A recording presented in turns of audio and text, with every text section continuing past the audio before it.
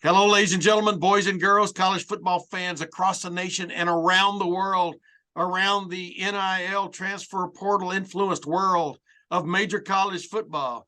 This is Tim May with the Tim May Show. It's now the Tim May Show, Luke Fedlam, my intermittent co-pilot, joining me again, Attorney Luke Fedlam, who, by the way, put the punctuation mark on what was coming in the name, image, and likeness world. I can't even say it, Luke. I've had it on my brain so heavy. And then it's coincidental collision, confluence with the transfer portal. We're going to get into that in a minute. But Luke Fedlam, welcome back to the Tim A Podcast. Tim, man, thank you so much for having me. It's always good to see you. Yeah, and I want to read this first sentence of your biography. It's called an overview. But your biography on Porter Wright's sports law practice website, Luke is a protector, educator, and national resource for athletes at all levels and phases of their career. My goodness, man, that's a lot of capes to wear. It's like the Marvel comic book has come to life in one man. Do you feel like that these days? I do. I feel just as exhausted as any superhero would with all that's going on. You know, it's nonstop, man. So yeah, things are good, incredibly busy. Well, you and I, man, you and I have been linked for a while now, at least 8 years, maybe going on 9 years. That shows you how old you're getting. It seems like I'm getting younger by the moment. No, I just digress. When we got together and did a podcast on this several years ago, anybody could see what was coming around the bend, right? And when name, image, and likeness became law, or at least whatever you want to call it, whatever you guys in the attorney realm call it, when it became law, and then you mix it in with the transfer portal, which is rules being set by the NCAA allowing guys, in essence, free agency. Wow, all hell was going to break loose. And I think it sort of has, hasn't it? I mean, what's your take on it, or is the hell even broke loose yet? Well, I tell you, it has definitely been crazy. And I think that's, people use the terms, all hell's broken loose, wild, wild west, whatever term of art you want to use, things are most certainly different than they have ever been before. I mean, think about this for a second. If you go back to 2019, the way in which college football, the landscape has changed just since 2019 is incredible. 2020, we allowed the transfer portal one-time transfer exemption without having to sit out for a year. 2021, we allowed name, image, and likeness student athletes to get paid like they've never been able to before. And now we're, 2022 into 2023, and now student athletes and families and others are getting a lot more comfortable with this almost quasi-free agency that's been created in college football in particular and college sports in general. So, yeah, things are most certainly crazy right now. Yeah, when the man on the street, and that's what I call the folks who aren't always aware of everything that's going on around them and the impact it's going to have. But when, in fact, he starts understanding it, of what's going on and what the possibilities are out there. And I'm talking about the average athletes who maybe walked into this with a little trepidation along with their families about, hey, well, what's open to me? How would this even work? Oh, I'm not going to go there because that doesn't sound right. Now it sounds right, and we're going to get into that arms race in a moment. But that's more and more your clientele, isn't it? Well, it really is in a couple different ways. So I wear two hats, and as we talked before, I'm the head of sports law at Porter Wright. So I'm working primarily with professional athletes on all their off the field endeavors. And that's important context because having worked with pro athletes for so long, name, image, and likeness has been around at the pro level for decades. They just call it endorsement deals, marketing, et cetera.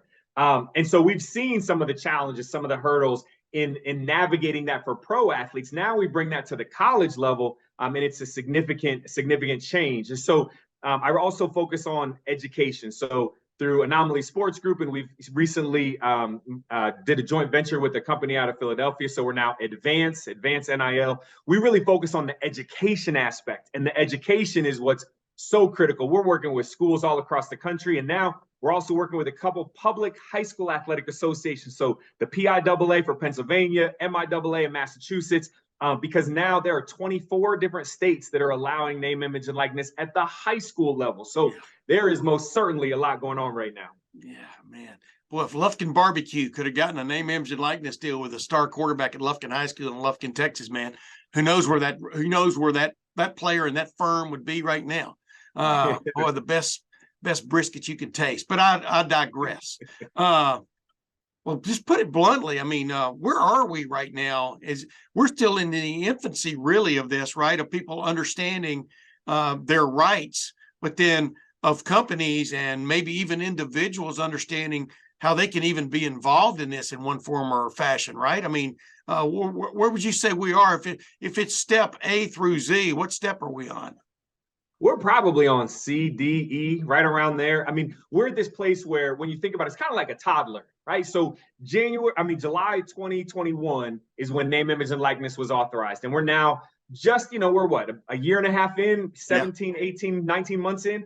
And so student athletes, there are some student athletes that deals just came to them. They have a big following on social media. They're the elite of the elite. They're the quarterbacks. They're the people that everybody knows their name in college sports. Then we started to see the collectives start to come about. And that was towards the end of the football season, 2021 into 2022. And then people started getting much more comfortable with the collectives, and the collectives got very comfortable with themselves and saying, hey, wait a second, we can put a whole lot of money legally now into student athletes to hopefully have them, to recruit them to our particular institution that we want to support. And now we're at this place where we're coming, off of this past college football season. And I think as we continue to go, we're going to continue to grow in this space, and student athletes and their families are going to learn more and more how they want to engage in name, image, and likeness. And just as importantly, schools are now having to adapt and determine what their identity in the name, image, and likeness space is as well. Let's get into it. I mean, much has been made, obviously, about Ohio State. You're here in Columbus. Much has been made about Ohio State, and whether it has fallen behind or stepped to the side, might be the better case of putting it, until some things get ironed out in what's legal and what's not. What's by legal, I mean NCAA rules, et cetera.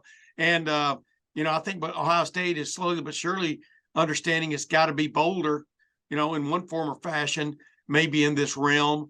How would you assess it? Because I know you keep up with that pretty intimately.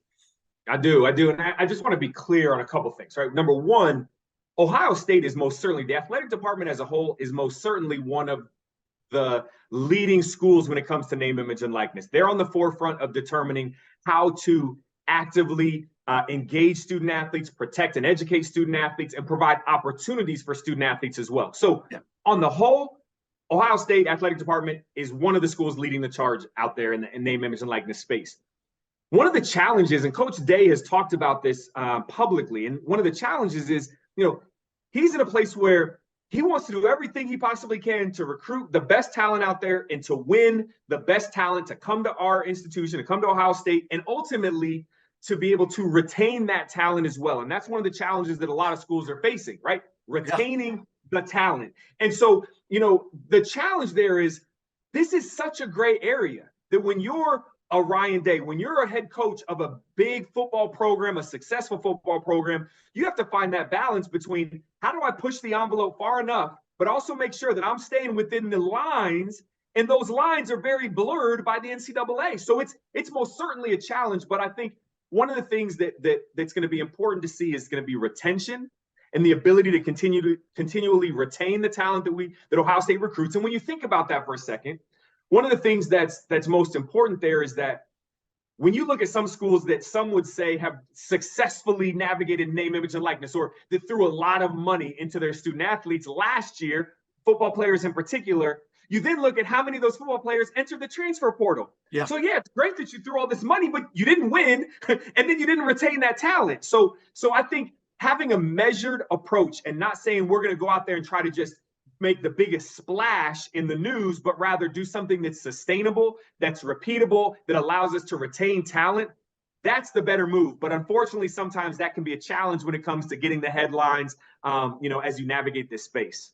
Are you, from your vantage point, which means you get to look behind doors and look into cracks with a really high-powered flashlight sometimes, is it I asked Ryan Day this back in December, whether he felt like things were being even hardly were they even being looked at by the NCAA when it comes to the melding of name, image, and likeness and the transfer portal and or recruiting. And he didn't get the sense that there is much going on there in the way of figuring out who is and isn't doing it by the rules of the game, which the NCAA still sets down, but right now doesn't seem to be enforcing them. Do you see a little bit of a slack time here in what's going on from the NCAA standpoint of looking into whether there is tampering going on, whether there are, in essence, quote, illegal, close quotes, inducements going on? What's just your take on that? Tim. As we look over the years, I mean, where have we been with the NCAA and enforcement of various schools? I mean, think about how many investigations are still ongoing by the NCAA for things not related to NIL. Yeah. So to bluntly answer your question, they are most certainly behind. Now, here's where NIL maybe is a bit different. So they came out recently and said that we're going to take the approach as it relates to name, image, and likeness almost as a presumption of guilt, and it will be on the school to show their innocence if we have credible understanding that a violation may have occurred. But let's be very clear. What's the violation? Now, you mentioned tampering, and tampering, yes, if you're using NIL to recruit a student athlete away from a particular school, could be, but how do you like really find that? I mean, that's the challenge in all of this. Name, image, and likeness, as long as you have a deal where a student athlete provides a service, and for that service that they provide, whether that's an autograph signing, an appearance somewhere, social media influencing, as long as they provide that service, then they can get paid for that. Right now, there's no fair market value level that's been created. So if I want to pay a student athlete to, $100,000 for one tweet that they send out to their whatever 50,000 followers, there's nobody that says I can't do it. It's called their flock. Now go ahead. I just threw that in there. Exactly. Like then I can do that. And so that's not a violation. So then let's say, okay, think about how many players, and let's just talk football for a second. How many players who played 7v7 have their players from high school, their conference, their state that they knew they have relationships with, and they split and let's say went to different colleges, and all of a sudden it's like, wait, I really want my former teammate to now transfer and come to my school and be my receiver and I'm the quarterback. Yeah. And if I call that student, my friend, if I call him as the student athlete and encourage him to come, that's not tampering, right? So the challenge here is, what does this actually mean? How are we going to enforce it? And here's the problem. Tampering is most certainly a term that we're familiar with at the pro level. In the pro level, we have a defined and duly negotiated free market process. And we have free agency where the league and the union has come together. They've negotiated the timelines, the process, what's tampering, what's not, so that it's very clear if there's tampering, if it exists. Yeah. The NCAA doesn't have that, because what we have is a situation where the NCAA decided that they would change their transfer rules in 2020. They thought that they didn't think that we were going to get to the point of name, image, and likeness being authorized. And then in 2021, based on Supreme Court and some other things, state laws, now it's authorized. And now they got into this quasi-free agency and there are no rules around it. So this idea of tampering, yes, you can't use name, image, and likeness to recruit a student athlete away. Does it happen? Most certainly. And is the NCAA going to be able to stop it? Highly unlikely. What defines name, image, and likeness? That's what I want to know. I mean, if you put together a coalition of boosters and stuff, and they all put money in a pot, and then the money goes, you can call it whatever you want to, but the money goes to the athletes. What is the difference in that and what we all understood was going on under the table before? And how is that part of name, image, and likeness, except they see your name, they see your image, that you are a great, great football player, and they would like to have your likeness in their programs this coming fall. I mean, that's the way I think it's been redefined. I mean, in a lot of places. Go ahead. Yeah. So a couple things. I want to kind of separate name, image, and likeness, let's say. And I want to separate it between the elite of the elite that we read about, and then the average student athlete experience on campus. So NIL for the elite of the elite student athletes, it very much is in this gray area that to a lot of kind of the innocent bystanders, if you will, is pay for play, right? And that is, hey, I look at it and it's just like you've got this collective that wants to put money in the hands of a particular athlete to have that athlete play typically football at that particular institution. That really smells like pay for play. Now, the reason it's not technically, legally, the reason it's not is because name, image, and likeness allows a student athlete to license the use of their name, their image, their likeness to a third party for compensation, as long as they're doing something and providing that service. So these collectives will still have the student athlete provide a service, make an appearance, like I said, signing autographs, whatever that may be. And for that, they get paid. That is kind of this elite experience that we're seeing. But to the average student athlete, it's not that. To the average student athlete, and that's where you start to look at the average deals are a few $100, right? When you look at kind of the mean in terms of the amount that a student athlete's getting paid, a few $100 here, a few $100 there. Maybe it's a couple thousand here and a couple thousand there. And that's because it is the more genuine side of name, image, and likeness. There are some student athletes that are lacrosse players, track runners, softball players who happen to have a big social media following completely unrelated to their sport, but now they can monetize that through social media influencing. I talked to some volleyball players actually at Ohio State, 3 different women's volleyball players who came together to do camps and clinics right here in Columbus. And they're able to charge for that. And they have t-shirts that they can sell, and they can make money off of registration fees. So they can make money now in ways they've never been able to before. That is the norm. The norm is saying I can use my name, I can use an image of me, or I can use my likeness to go out and do things I haven't been able to do and earn compensation. That by far outnumbers the number of those elite players doing really big elite deals. But the headlines go to the quarterbacks and the players that are getting those 6-figure and 7-figure deals. Yeah, and the reason it does is because, like the kid who signed with Florida this past year. And Rashada, yeah. And he thought he was getting a $13 million deal, and come to find out, a $13 million deal. I don't know any other way to put that word. And come to find out the money was not there, or there was a homina, as Jackie Gleason used to say.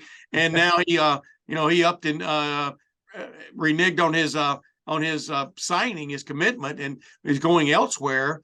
That's just an example of like the top end, like we're talking about, though, that clearly, whatever you want to call it, that's an inducement. I mean, that's how could you ever recoup and benefit $13 million from an athlete just go? I mean, well, the way you recoup it is you go and win the SEC and win the national championship and become a big player in the big game again. That's how you recoup it. So it is, for one of another term, pay for play. It's just the pay is not obviously coming from the school, but it's coming from boosters involved, or fans who need a little bit of help with selling furniture. You know what I'm saying? I'm being facetious there. So right. How could you not look at that and being any kind of enforcement agency and go, wait a minute, this is not above board. This is not what we're talking about. Go ahead. It is really mind blowing. And just in that Rashada story, and I'll tell you, I don't represent him or his family. I don't know, the insights, but he started off having an offer that he was committed to Miami to make $9 million. He decommitted from Miami, went to Florida for 13. That apparently fell apart, and then asked the NCAA to release him from his commitment to Florida, and which they granted, which is a whole other conversation, Tim, for another day, just in terms of how we've got NIL, that the NCAA now is getting involved, and that's a whole other story. But now he's not going to make anywhere near that. So the challenge, you're right. It does appear like pay for play, and there's no real other way to say that. But here's the question. The question becomes, and this goes back to your point, I think, about Ohio State football in particular that you were bringing up, and that is, right, a lot of people think that over the next couple of years, this is going to die down. And by die down, I mean name, image, and likeness is going to exist. That's not going anywhere. But this idea of like these huge 6- and 7-figure dollar amounts to student athletes through name, image, and likeness by collectives, by alumni and donors, that's probably going to die down. Because ultimately, think about this. What is the return on the investment to the person doing it? Right. Because to your point, the return has to be, I go out and win an SEC championship. I go out and win a national championship, right? I bring a championship back to the school. If you have a year or two of donors contributing and they don't see that, do you think they want to continue to put money into it? So let's just say, for instance, if you're a donor to Ohio State, for example, and you donate to the athletic department, You're going to have tax benefits for that. You're going to potentially get your name on something. You're going to get access to practice, access to games, to the AD, to coaches. You get more out of this. Benefits. If you contribute specifically to an individual student athlete, what do you get? Maybe you get access to that particular player, but what's the return? The return is only if that player then ends up winning. And so I think on the whole, I think the industry is kind of, people are trying to say, okay, what is this going to look like over the next couple of years? And I think some of these big numbers that we're seeing are going to die down a bit, and we're going to get into the normalcy of what it looks like. And at that point, you and I can get back on the podcast and have conversations about revenue share, the Big Ten making $7.5 billion off of student athletes and them wanting to participate. California, has a new bill in the works for revenue share for student athletes in their colleges. So there will be so much more to talk about, but I think this is going to calm down a bit. We're still going to see NIL in play, though. Hey, by the way, real quick before we move on, do you think that California thing is going to pass?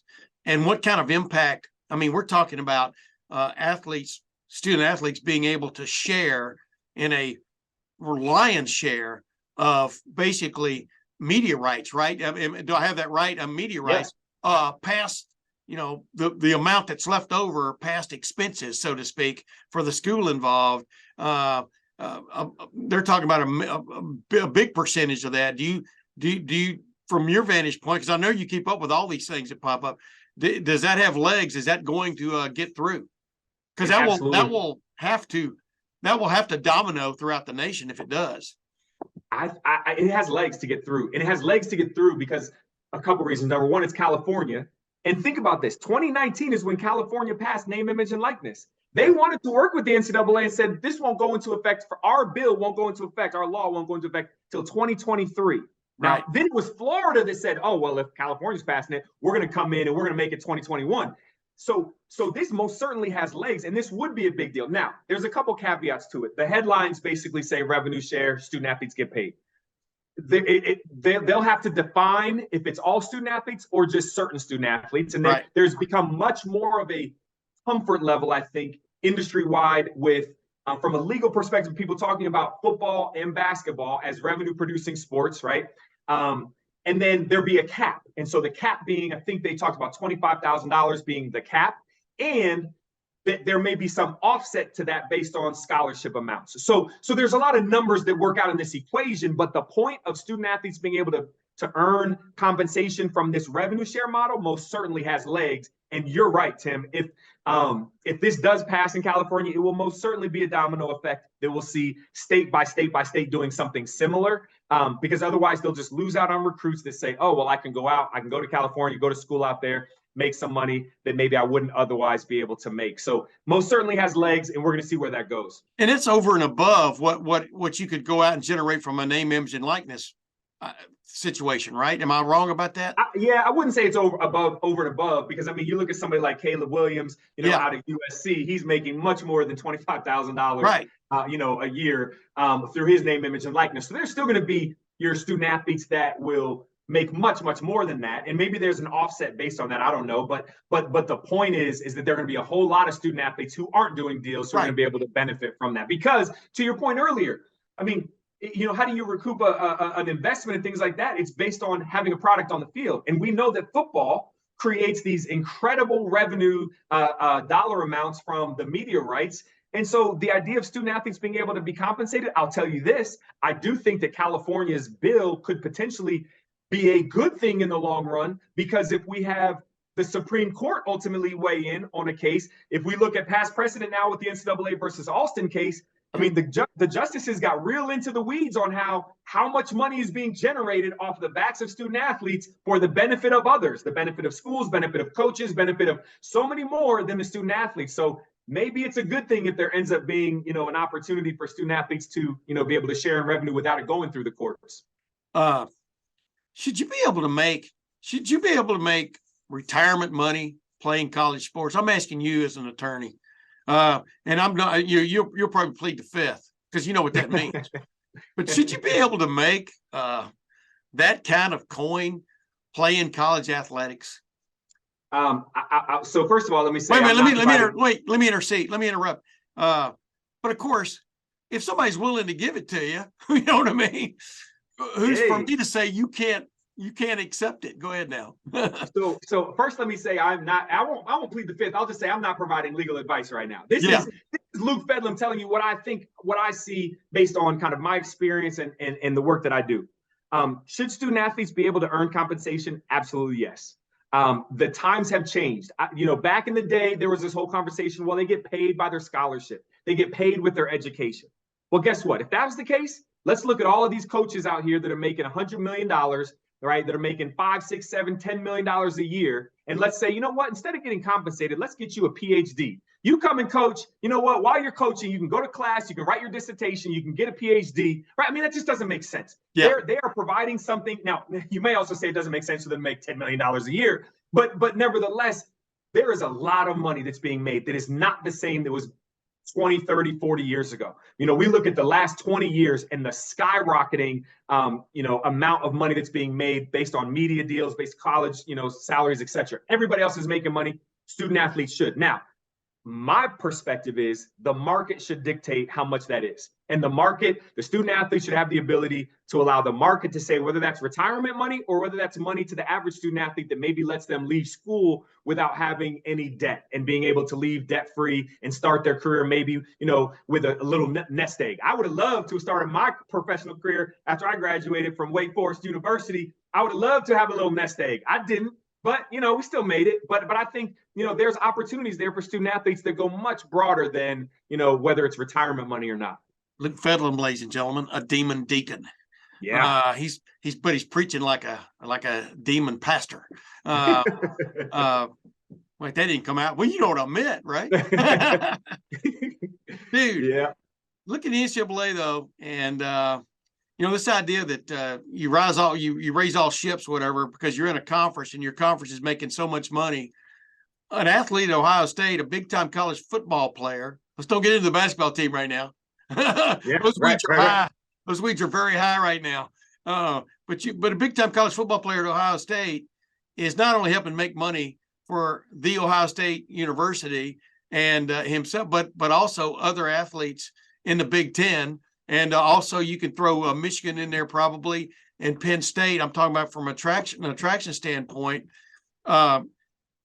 Should every college football player playing in the Big Ten make the same amount of money as every college football player playing at the Ohio State University in a shared revenue kind of situation? Since if you took, the marquee names out of any conference, would the media rights be anywhere close to what they are? Go ahead. I mean, I would just look at it. Hey, whatever the equation is to determine what schools get paid, use that same equation to determine what amount's going to be allocated to the student athletes. All right. So if it's equal split, we've got USC and UCLA coming into the Big Ten. All right, $7.5 billion deal. Okay, great. So whatever the split is, if it's an equal split, which I think it is, an equal split among all the schools, from an overall school take perspective of that deal, then great. Then it should absolutely be equal split among student athletes at those institutions. Whether you're playing at Rutgers or whether you're playing at Ohio State, you should be able to make the same amount on that revenue share piece. And that may then say to a student athlete, great, I've got this. I don't need to go out and try to figure out if I'm going to do NIL. I don't have to go sign a deal with somebody because I've got some money that's come in. It's come in, kind of from a trustworthy source. And I can now go on about, focusing on school and playing football. Or let me say that again, playing football and focusing on school. Yeah, there you go. Get your priorities straight there. But basically these media rights deals are primarily for football and basketball, and primarily for football. Do you see that deal that's coming down in the California courts? Is that going to delineate, or California legislature, is that going to delineate between whether you're a revenue producing sport or a revenue sharing sport? You follow my drift?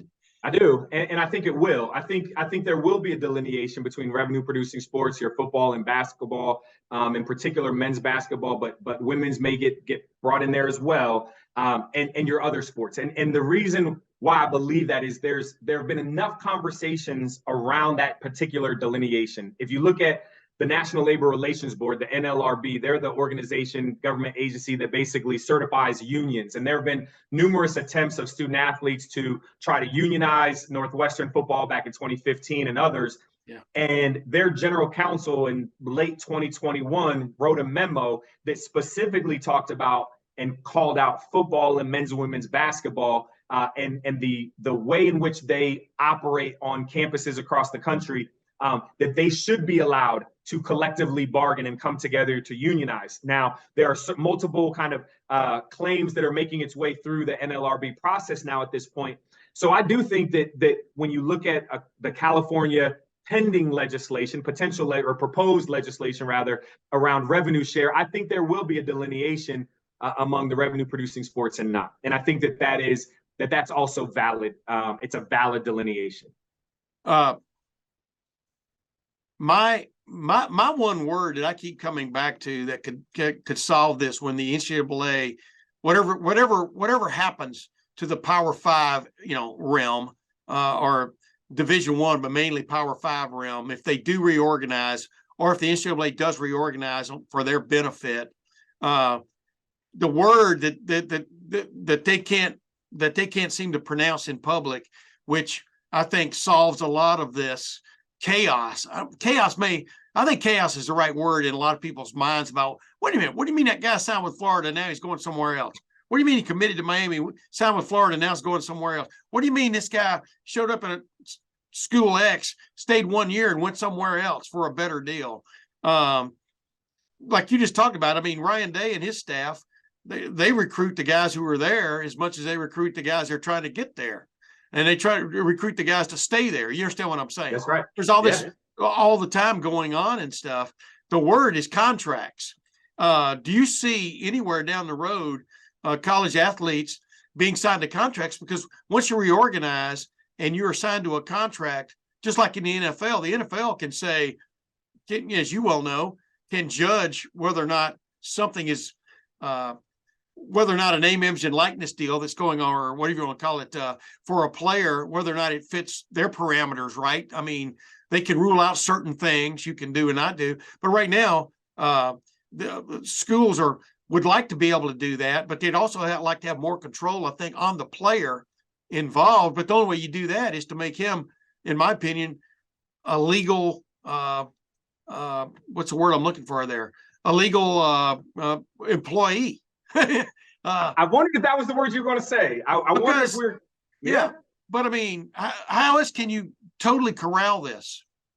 So the challenge on the employee side and the possibility of categorizing student athletes as employees is there are a lot of other effects that you have, because now if you're if you're a kicker and you aren't hitting your kicks and you're on scholarship and you're an employee, can the coach come in and say, hey, sorry, bud, you're out, right? I'm letting you go. You're fired, right? I mean, there are some significant questions. Then we start talking about healthcare and long-term healthcare. We think about taxes and the money that you're getting paid through your scholarship. Does that now get taxed on top of whatever else you make? I mean, there are some significant secondary, tertiary, effects that could come into play for the employment kind of aspect of things. I think that wait, not just for the athlete, but for the school, right? Certainly for the absolutely for the school. And I mean, to that point, that to me is what changes the entire landscape of college sports, because that's where you then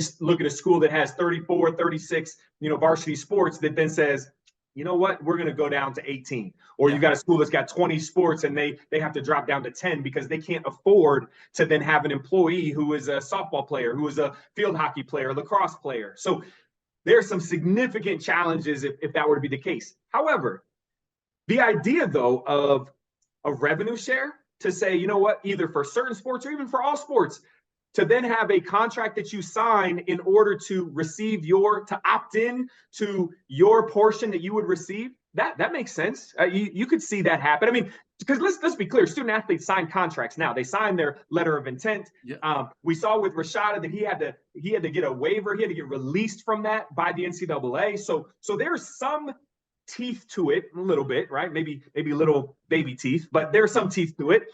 So this idea of having the student athlete sign something in order to receive a benefit, that makes sense. But to go all the way down the path of employee, which Tim, you're on it though, because there are a lot of There's some federal court cases that are fighting, where student athletes are fighting to be categorized as employees. There's some state legislation that's been tossed around in a couple different states around categorizing student athletes as employees. And obviously we've got this whole unionization potential effort.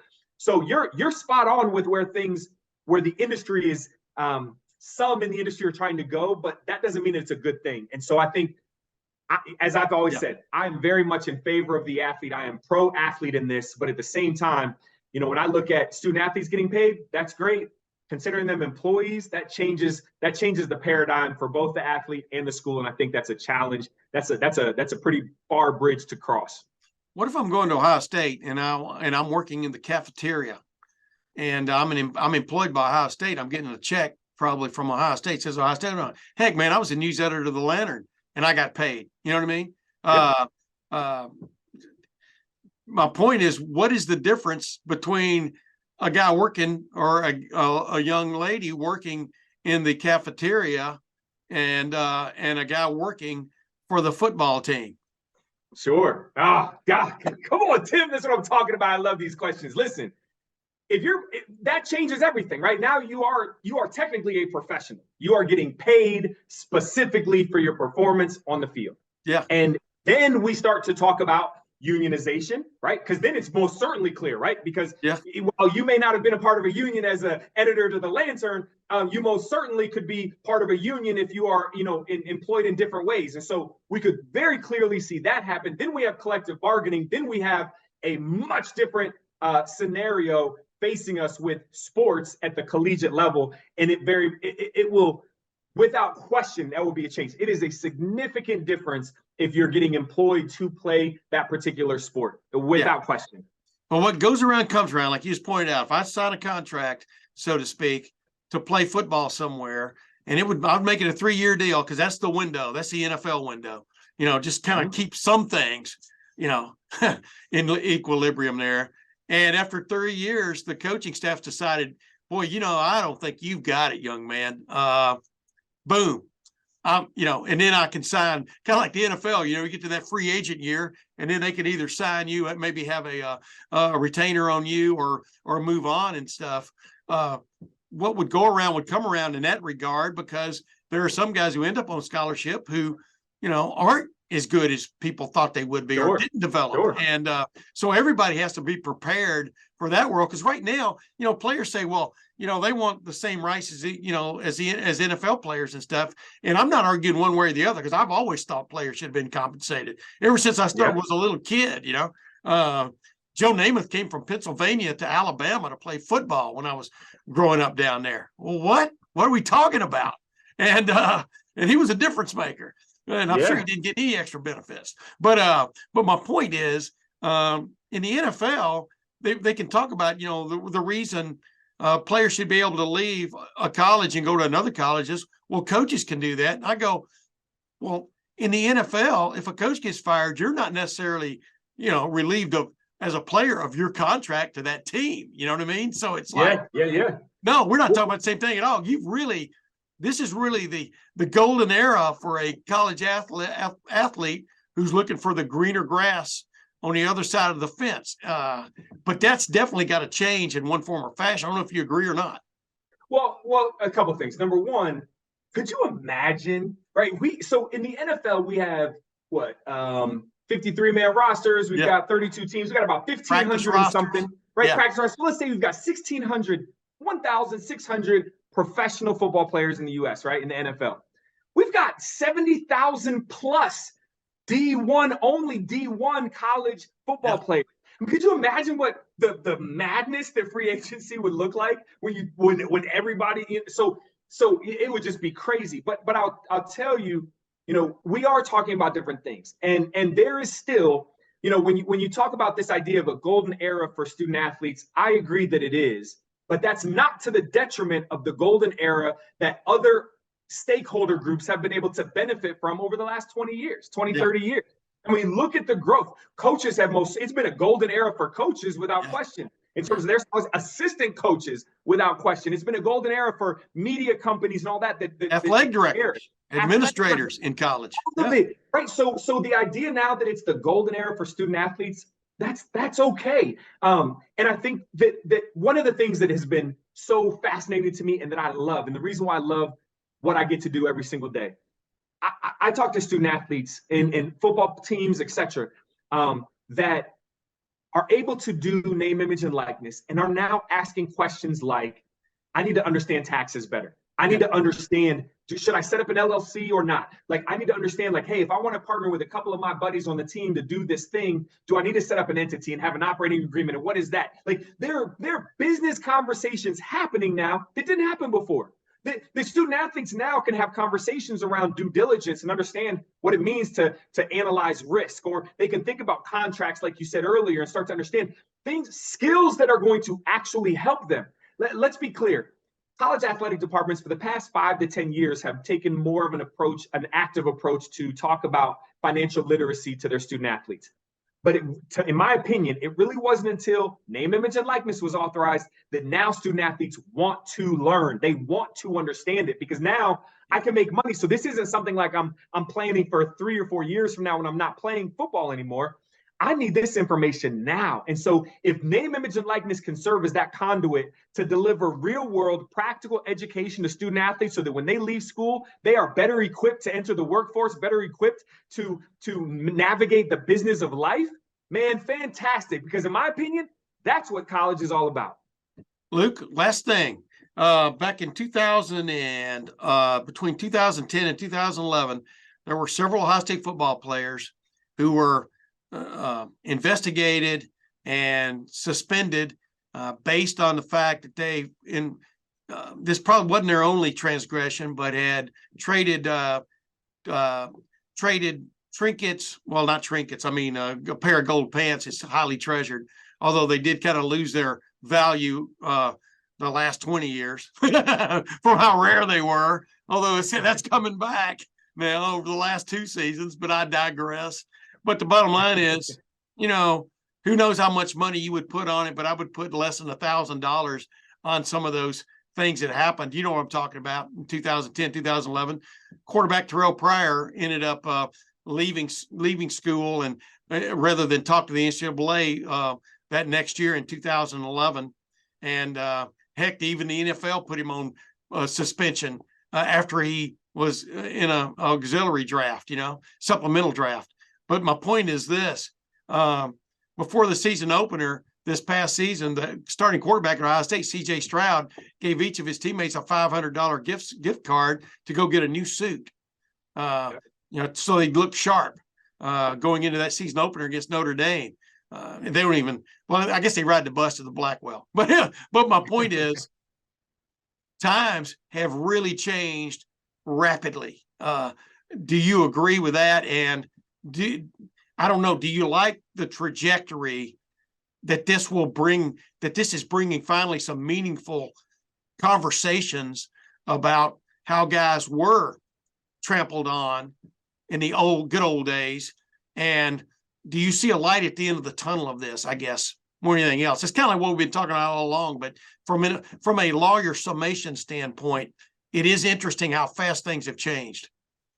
So allow me, Tim, to give my closing argument here. So I would say, when we look at the change that we've seen in college sports over the last 10, 20 years, we've seen student athletes, we've seen, whether it's your example, whether it's Reggie Bush and others that received benefit, financial benefit, that really had no ability to make them a faster, runner, a stronger, player. It didn't make them more accurate with their throws. What we've seen is that there were rules in place that at the time it was determined that the student athletes broke those rules. But over time now, we look back and say, those rules didn't necessarily make that much sense. But at the time, they were the rules. And let's be clear, those were the rules. And we know sports change, period. I mean, at a certain point, way back in the day, there were no face masks on football helmets. I mean, obviously things change over time. Yeah. And I think we look back and say, how could we ever have done it that way before? So we're going to continue to see that over time. But I think that we are in a place right now where it is crazy, where things are incredibly fast moving and fast ever changing. But I think that that's going to be good ultimately for the rights of student athletes and their ability to learn, to grow, and to be able to earn some compensation off of all that they're giving. Let's just be honest. If I'm being completely transparent and honest, I've talked to a number of student athletes that because of NIL, they're able to earn compensation. They don't have to feel like they're going to do something behind the scenes, under the table, something nefarious, put themselves at risk, potentially put their families at risk, and they can actually do something above board. And they may not ever make it to the pros, but they may now be able to stay in school a little bit longer even and get that degree and now leave school with something of value to be able to take on to the next phase of their life. I think the light at the end of the tunnel is that we're going to continue to see student athletes be able to grow and develop in ways that maybe they didn't before. And I think ultimately that is a good thing for the sport.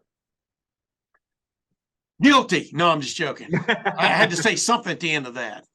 Luke Fedlam, man. Well, when I turn the controls over to you, you fly this plane all over the sky, kind of like that Chinese balloon, you know, that finally got shot down at the end of the weekend or in the middle of the weekend. But Luke, I appreciate you once again being on the Tim May podcast. Of course, we will do, the Tim May Show. We don't call them podcasts anymore at on3.com and Lettermen Row. But thank you for being on the Tim May Show, man. And of course, we will do it again, right? Hey, Tim, thank you so much for having me. I'll do it anytime. You're my man. I appreciate you. And ladies and gentlemen, until next week, we'll see you then.